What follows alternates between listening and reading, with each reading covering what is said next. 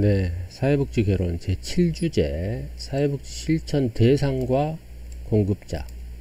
네, 어떤 사회복지 실천하는데 어떤 대상이 필요하니까, 대상은 누구인가, 그리고 어떤 공급자로 이루어져 있는가, 그런 내용을 살펴보도록 하겠습니다.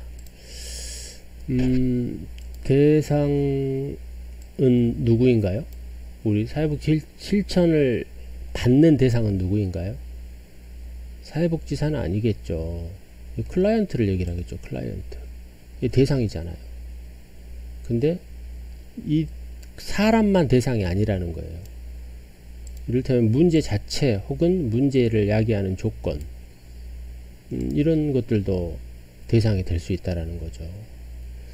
근데 역사적으로 우리가 변화를 보면 그 대상이 과거에는 선별주의에서 지금 점점 보편주의로 가고 있다. 뭐 우리나라만 예를 들자면요, 1960년대 70년대 그때는 우리나라가 굉장히 경제적으로 열악했던 시절이었잖아요. 하지만 경제 부흥이 일어나면서 점점점 사회복지 지출이 늘어나죠. 그래서 과거에는 열악한 사람들, 가난한 사람들은 개인이 문제다. 그래서 엄청나게 가난하고 열악한 사람만 도와줘서 선별하자. 왜? 돈이 많이 드니까 조금만 드는 것으로 해보자 라는 거였었어요.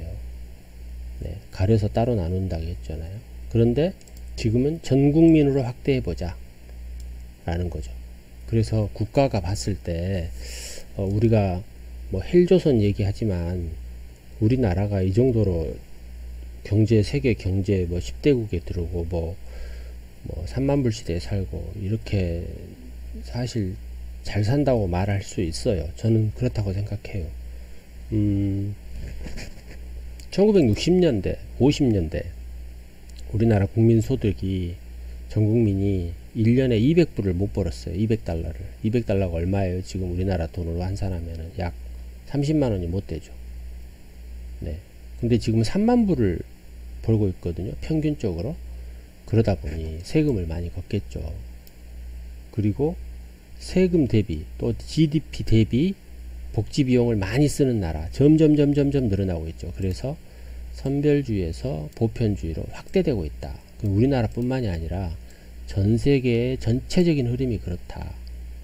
네, 이렇게 볼 수 있어요. 그래서 어느 국가의 국민으로서 그 국가가 복지를 잘 해주느냐, 이게 좋은 국가다. 이렇게 국가관이 바뀔 정도로 보편주의로 지금 가고 있다. 네, 이렇게 볼 수 있어요. 그래서 현대에서는 보편적 복지로 점점 바뀌어가고 있다. 그래서 과거에는 특별한 약자, 사회적 약자만 돌봤는데 지금은 국민 전체의 사회적 욕구와 문제로 관심이 늘어가고 있다. 1960년대에 우리 주변에 있는 문화센터를 예를 한번 들어볼까요?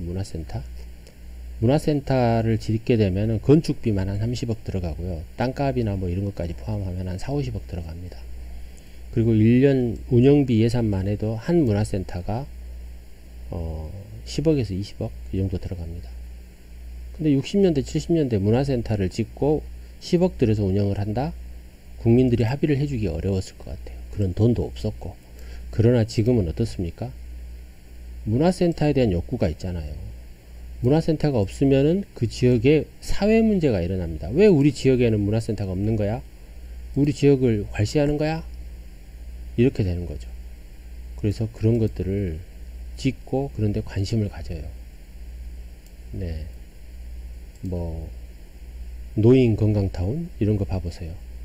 수백억 들여서 짓잖아요. 연간 수십억의 운영비가 들어가잖아요. 안 할 수가 없습니다. 국민의 욕구와 안 해주면 사회적 문제가 생기니까. 그러나 과거에는 그런 돈도 없었고, 그래서 선별적 복지에서 지금은 보편주의로 가고 있다. 이렇게 보는 것입니다. 대상별 유형을 봐볼게요. 여러분, 우리 2단원에선가 그 체계이론 배웠습니다. 체계이론. 그래서 체계이론의 기본은 뭐다? 우리가 조직이다. 각 각 부분을 계통적으로 통일한 전체다. 이게 체계 이론이거든요. 이걸 다시 말해서 생태 체계로 보면 인간은 결국 혼자 존재하지 않는다. 네.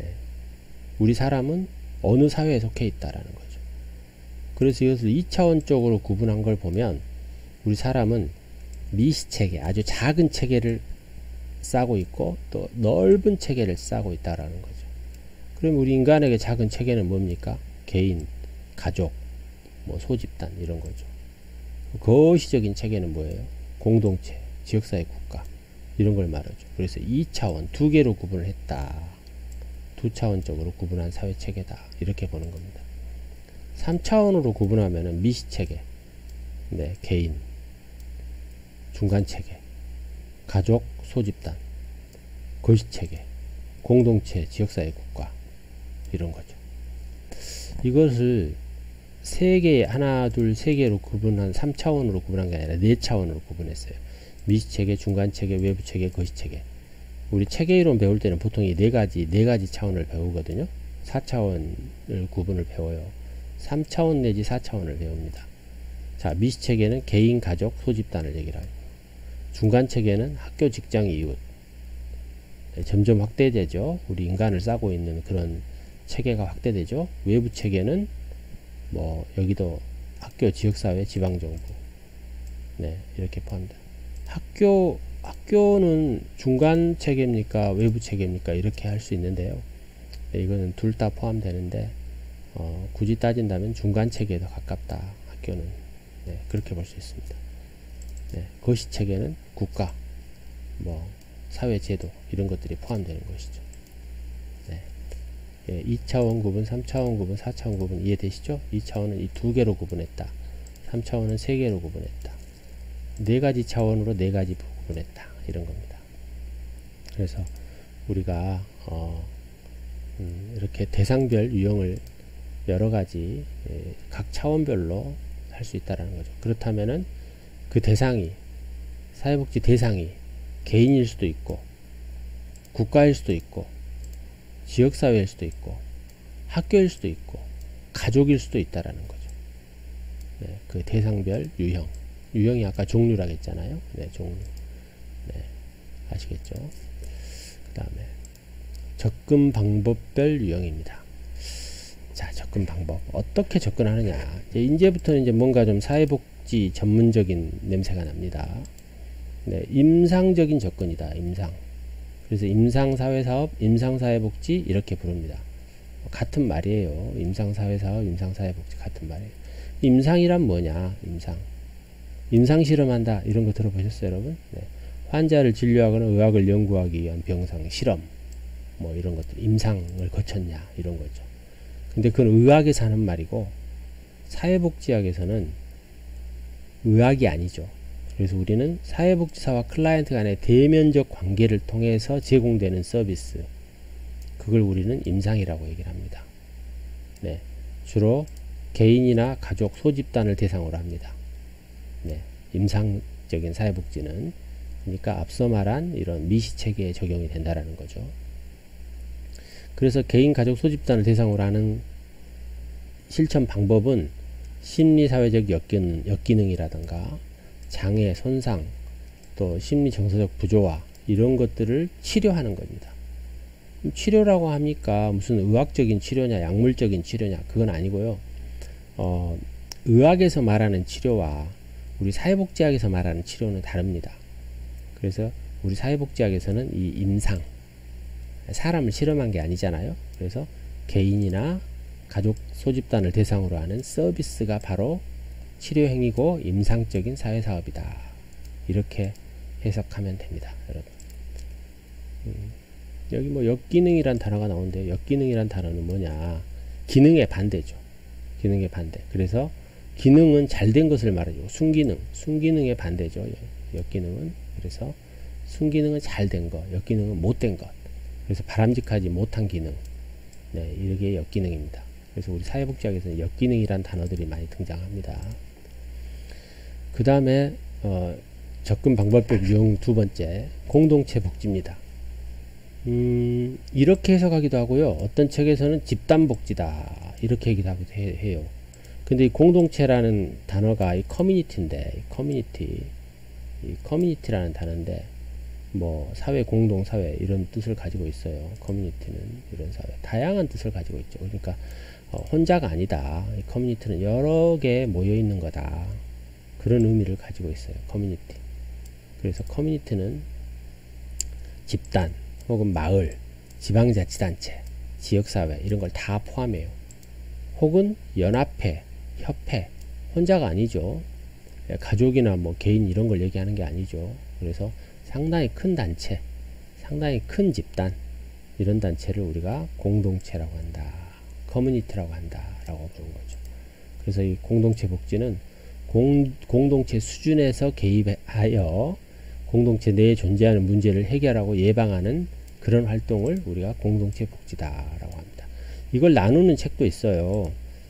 이 유형을 봤을 때 임상사회사업, 이걸 다르게 표현하는 사람도 있어요. 이걸 뭐라고 표현하냐면 어떤 책에는요, 개별사회복지라고 해요. 개별사회복지라고도 표현합니다. 네, 개별사회복지라고도 하고요. 이 공동체를 크게 두 가지로 나누기도 해요. 네, 집단사회복지라고도 하고요. 또는 지역사회복지라고도 합니다. 이게 포함이 되어 있는 거예요. 네, 여기 집단도 돼 있고 지역사회도 포함이 돼 있죠. 그래서 크게 2차원적으로 나누면 이 두 개 다, 네, 여기 2차원적으로 나눴잖아요. 네, 미시체계, 고시체계 이렇게 2차원적으로 나누는 걸 말합니다. 그 다음에 사회복지 정책입니다. 정책은 좀 더 미시적인 차원이 아니라 거시적인 차원이죠. 국가를 주 대상으로 하죠. 국가를. 네, 거시적인 차원으로 국가, 지역사회 이런 걸 포함합니다. 네, 실제로 정책은 어떻습니까? 국가가 하잖아요. 개인이 정책한다 이러지 않잖아요. 물론 기관에서도 정책이란 표현을 쓰기는 해요. 네, 그렇지만 이 정책이란 표현은 국가가 주로 많이 하죠.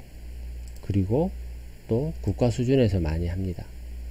여기에다가 이 정책은 지역사회, 지방정부에서도 많이 합니다.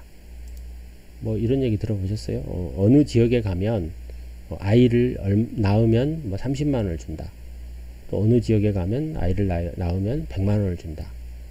이런 거 있잖아요. 또 어느 지역에 가면 노인들에게 의치, 뭐 틀니 이런 것들을 무료로 해준다. 어느 지역에 가면 안 해준다.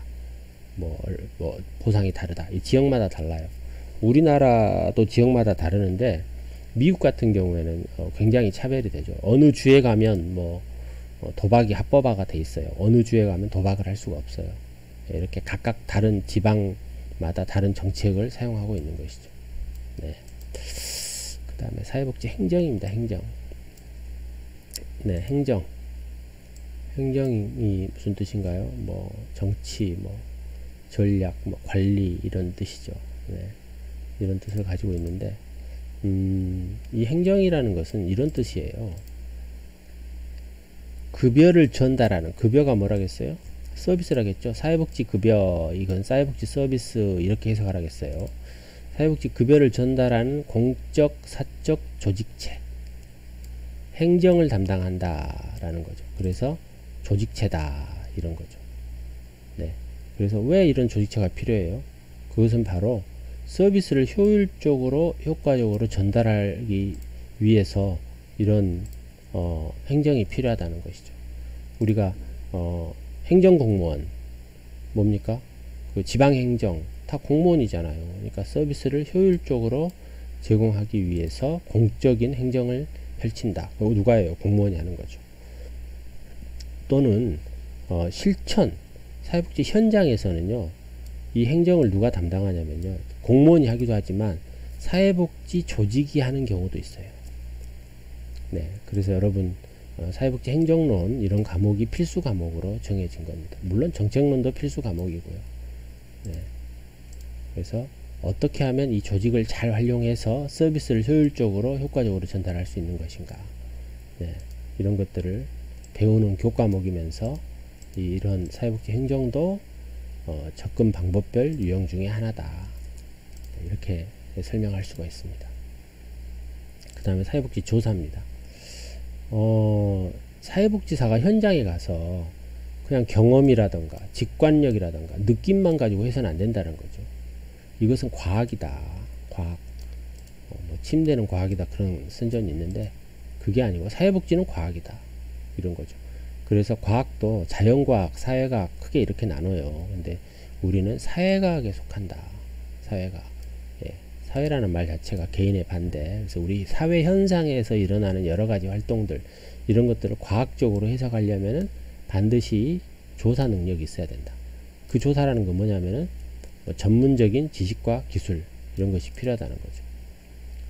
그 경험하고 직관에만 의존하면 객관성이 떨어질 거 아니겠어요. 그래서 객관하고 전문성을 강화하기 위해서는 사회복지 조사가 굉장히 중요한 역할을 한다라는 겁니다. 네. 다음 두 번째 공급자입니다. 이제 대상을 알아봤어요. 이제 공급자를 볼게요. 공급자. 사회복지는 어떤 공급자로 이루어졌는가라는 거죠. 네. 먼저 공공부문과 민간부문이라는 용어가 있어요. 여러분 헷갈릴 수 있지만 잘 들어보면 이해가 돼요. 자, 공공은 뭡니까? 정부에서 하는 것. 민간은 뭡니까? 정부에서 하지 않고 민간 영역에서 하는 것이죠. 네. 그래서 공공부문은 공공기관 혹은 공공조직 뭐 이런 곳에서 합니다. 공공기관이나 공공조직은 뭘 얘기하는가요? 공무원 조직 혹은 나라에서 인정한 국가에서 인정한 조직 국가에서 만든 기관 이런 것들이 다 포함되는 것입니다. 네. 또 이런 것도 있어요. 민간 기관이긴 한데 정부에 의해서 만들어진 기관. 네. 이런 것들도 공공기관이라고 볼 수가 있어요. 이런 거 특징이 있어요. 돈이 어디서 나요? 이런 공공기관의 운영비는 어디서 나요? 다 국가나 지방자치의 세금으로 충당이 되는 것이죠. 이 공공기관은 세금으로 운영하는 데가 많다. 네. 이렇게 해석할 수 있습니다. 민간 부분은 어떻습니까? 세금으로 운영하지 않습니다. 주체가 민간단체라든가 법인, 개인인 것이죠. 근데 특이하게도 이 법인이나 개인이 공공사업을 하는 경우도 있어요. 어떻게 해요? 위탁 운영을 해요. 국가가 직접 운영을 하지 않고요. 이 민간단체에다가 운영할 수 있게 위탁을 줍니다. 그런 경우에는 공공부문이라고 할 수 있어요. 민간단체인 법인이나 개인한테 정부사업을 맡긴다? 그러면 공공부문이 되는 것이에요. 그러나 정부사업을 하지 않고 자체적으로 한다? 그것은 민간사업이죠. 네. 그래서 이러한 돈의 재원은 뭐 개인이 돈을 걷기도 하고 또 사회단체가 기부를 하기도 하고 또 기업에서 뭐 기부도 받고 기업 자체에서 복지사업을 하는 경우도 있어요. 그런 경우는 다 공공부문이라 할 수 없고 민간부문이다. 이렇게 나눌 수 있습니다. 제1부분, 2부분, 3부분이 있습니다. 자, 좀 간단해요. 자, 공공부분은 제1부분이다. 이렇게 생각하면 돼요. 민간부분은 제2부분이다. 이거죠. 네. 그리고 3부분은 자발적 비영리단체다. 네. 뭐 영리 추구 사업 활동 부분이 제2부분이다. 네, 이렇게 보는 것보다는 그냥 민간 부분은 제2부분이다. 이런 거죠. 그래서 제3섹터라고도 하기도 합니다. 뭐 시민단체라든가 이런 것들을 포함하죠. 네. 네. 점차 제1부분의 참여 역할이 증대되고 있어요. 나중에 이제 이렇게 영리를 하는 민간 부분이나 뭐 비영리를 하는 민간 부분이나 이런 부분 뭐 다 포함해서 설명이 되는데요. 점점 아까 대상이 어떻게 늘어난다겠어요?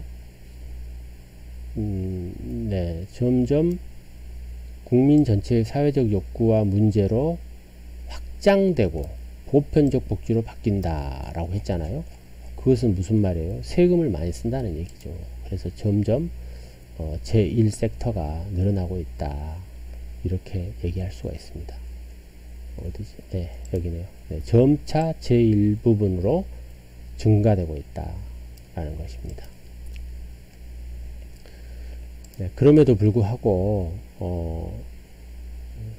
민간 부분이 또 최근에는 늘어나고 있어요. 이건 조금 이따 이 부분에서 설명을 해 드릴게요.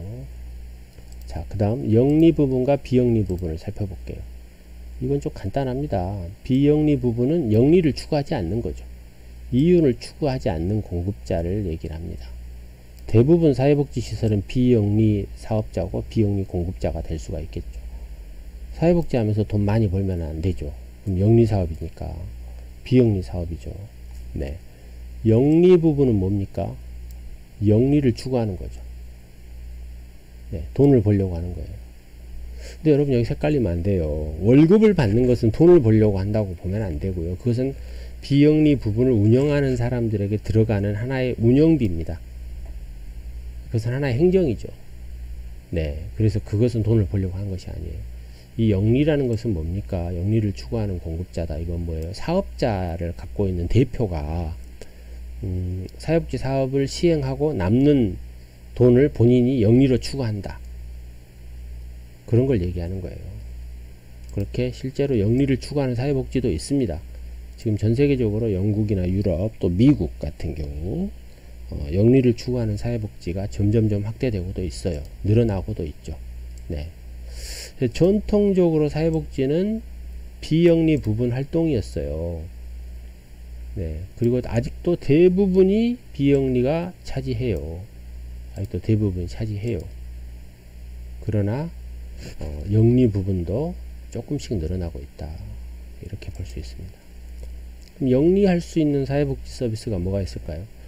이를테면 노인 장교양 사업. 뭐 영리라고 얘기를 하더라고요. 근데 법상으로는 영리인데 실제로는 영리를 하지 않죠. 영리 사업이 아니더라고요. 노인 장교양 사업이. 근데 법으로서는 노인 장교양 사업은 영리 사업을 할 수 있어요. 할 수는 있어요. 네.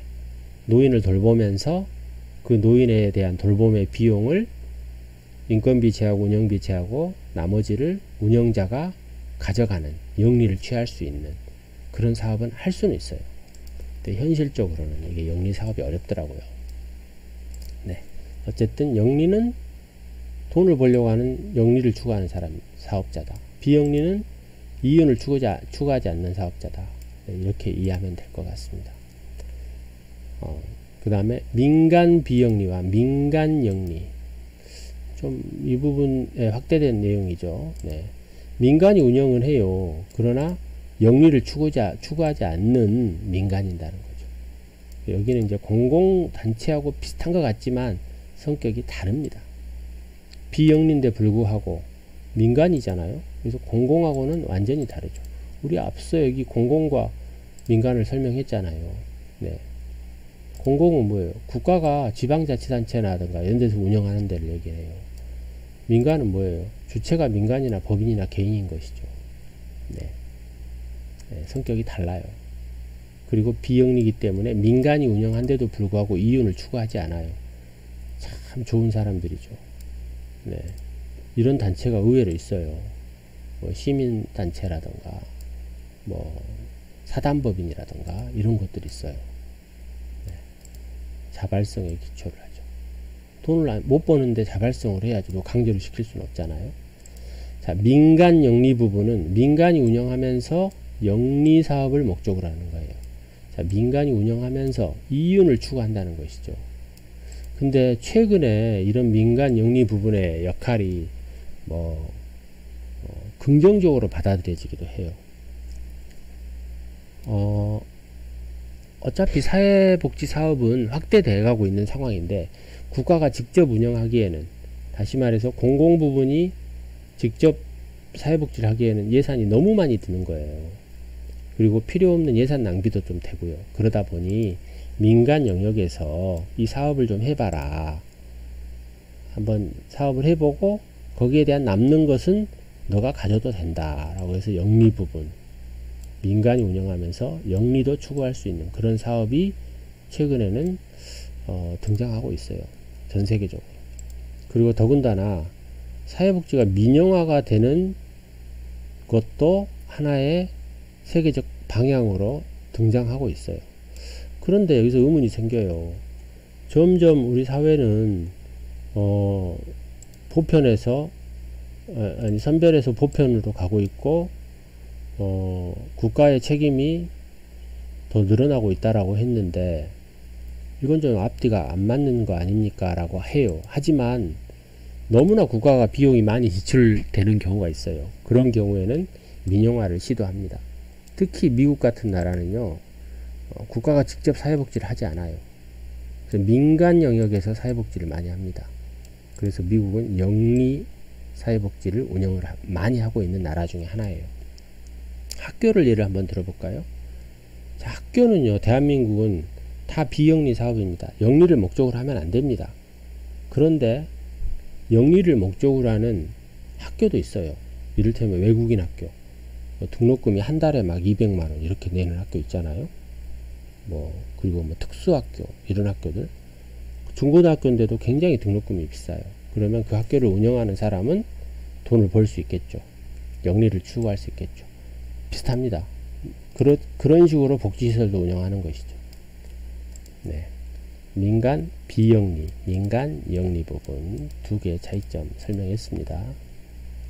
그 다음에 공식 부분과 비공식 부분이다. 자, 이렇게 생각하면 돼요. 공식 부분은요, 앞서 배웠던 공공 부분이다. 네, 비공식 부분은 민간 부분이다. 라고 생각해도 틀린 것은 아니에요. 하지만 분명히 달라요. 비슷하죠. 비슷합니다. 공식 부분이라는 건 뭐냐면은 조직 체계 혹은 관리 체계가 이미 만들어져 있어요. 그리고 아주 체계적으로 서비스를 제공하는 것들을 얘기를 해요. 근데 이거보다는 국가가 직접 운영하는 것, 그런 데가 공식 부분이다, 이렇게 봐도 무방해요. 네. 그리고 비공식 부분은 뭐냐면 조직 체계나 관리 체계가 없어요. 예를 들면 가족, 조직이 있어요? 없잖아요. 물론 영화에 보면은 가족끼리 막 조직 만들고 막 그런 경우인데, 그런 걸 얘기하는 게 아니고요. 그냥 가족은 우리가 힘들다? 그럼 가족이 누군가 도와주잖아요. 네. 친척도 도와주잖아요. 친구가 돈 더 꿔주고 그러죠. 돈 꿔면 안 되지만 네. 도와주죠. 네. 이런 것들을 우리는 비공식적 부분이다. 비공식적 서비스다. 이렇게 얘기를 합니다. 다시 말해서 이 공식 부분은 주로 공공 서비스와 같이 체계적인 관리 체계를 만들어 놓습니다. 만약에요, 공식 부분인데도 체계적인 관리가 있었어요. 그런데 운영비가 없으면 그게 얼마나 더 버티겠어요? 아무리 좋은 일을 한다고 해도 후원이 없다면 그건 어려울 수 있다라는 거죠. 네. 그래서 이런 공식 부분은 주로 국가가 많이 재원을 제공합니다. 예산을 제공하죠. 비공식 부분은 국가가 제공할 필요 없는 거잖아요. 가족인데요. 가족이 도와주는 거죠. 네, 친척이 도와주는 거죠. 친구가 도와주는 거니까요. 네. 이렇게 해서 제 7주제 사회복지 실천 대상과 공급자까지 알아봤습니다.